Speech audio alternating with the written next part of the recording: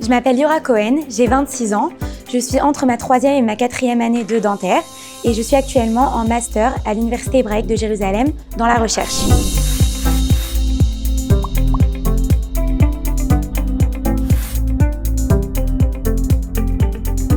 J'ai fait l'Aliyah quand j'avais 15 ans. Quand j'ai fait l'Aliyah, je suis partie dans un lycée israélien. Je suis partie ensuite faire un Shirut Leumi à Magen David Adom pendant 2 ans. Et ensuite, j'ai fait mes psychométriques pendant 2 ans. J'ai travaillé aussi à côté, passé mon permis, etc., voyagé. Et ensuite, je suis rentrée en première année de biomédical car je n'ai pas été acceptée la première fois en dentaire. Et ensuite, j'ai été acceptée en dentaire l'année d'après.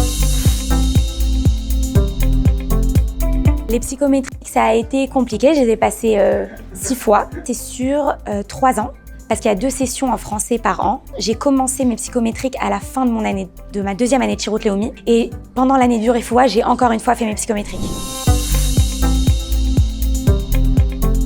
Ça a été quand j'ai pas été acceptée la première fois en dentaire, parce qu'en fait, j'ai été en liste d'attente jusqu'à même après la rentrée. C'est-à-dire j'étais vraiment à 1 ou 2 places de rentrée. Donc pour moi, je l'ai vraiment pris comme un échec. Voilà, donc, parce que après 2 ans de faire les psychométriques, ça y est, j'ai fait l'entretien, je suis arrivée et finalement, non, c'est très dur, voilà. Mais après, on se relève, on reste motivé.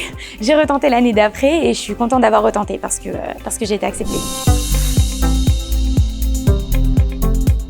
Pour être accepté dans une spécialité de dentaire, il y a plus de chances d'être accepté quand on a un master. En fait, ça rend le dossier plus complet et mieux. Il y a 2 options. Soit on peut faire un master après les études, donc après les 6 ans de dentaire, rentrer en master en laboratoire pendant 2 ans.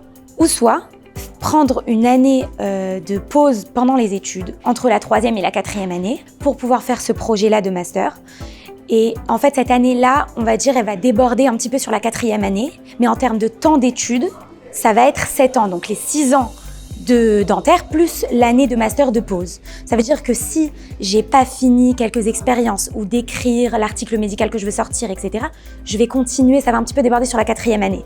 Mais en termes de temps, ça va être 7 ans et pas 8 ans si on fait le master après les études. Il faut la volonté, savoir qu'il faut se battre. C'est vrai que pour pouvoir faire cette pause-là entre ma 3e et ma 4e année, j'ai dû abandonner ma promo en fait, parce qu'après, en 4e année, je retrouve la promo d'en dessous, parce que j'ai 1 an de décalage.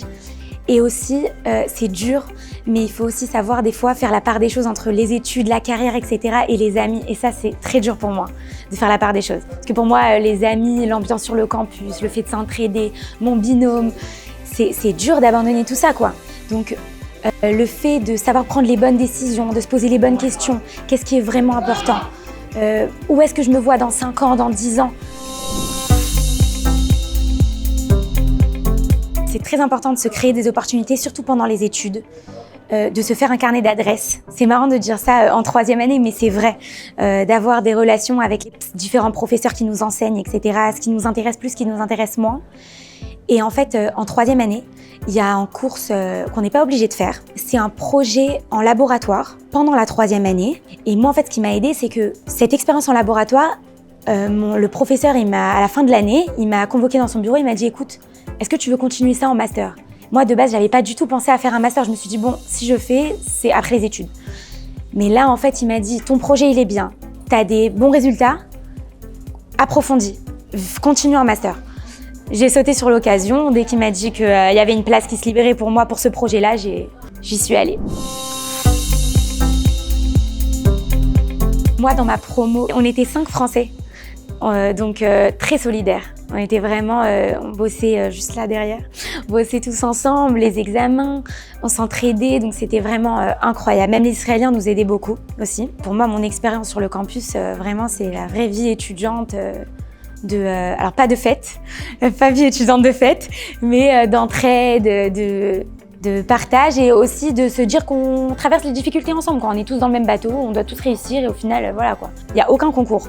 Donc ça veut dire qu'on ne peut que sortir gagnant de s'entraider, qu'on réussisse tous. C'est d'être arrivée là où j'en suis, de ne pas avoir abandonné, de ne pas avoir lâché. d'avoir fini mes 3 premières années avec le prix d'excellence et voilà, d'avoir pris une bonne décision, que l'opportunité du master s'est présentée à moi et je suis très fière de le faire maintenant parce que je sais que ça va m'ouvrir les portes plus tard. Rien n'est impossible, déjà. Que ça soit médecine, que ça soit dentaire, que ça soit tous les études médicales, rien n'est impossible avec la volonté. Il faut juste savoir que ça peut prendre plus de temps. Et que des fois, quand on est en France, on a une idée de à 18 ans, il faut commencer les études, faut enchaîner. À 23 ans, moi, mes copines à mon âge, elles sont déjà dentistes, elles sont déjà médecins, elles ont déjà commencé leur carrière. Il faut juste savoir que ça prend plus de temps et qu'il faut se battre, voilà. Faire partie de cette reconstruction du peuple juif après ce qui s'est passé le 7 octobre. Chacun a un rôle à jouer. Et si moi, mon rôle à jouer, c'est d'un point de vue médical, participer à cette reconstruction, alors ça me rend très heureuse.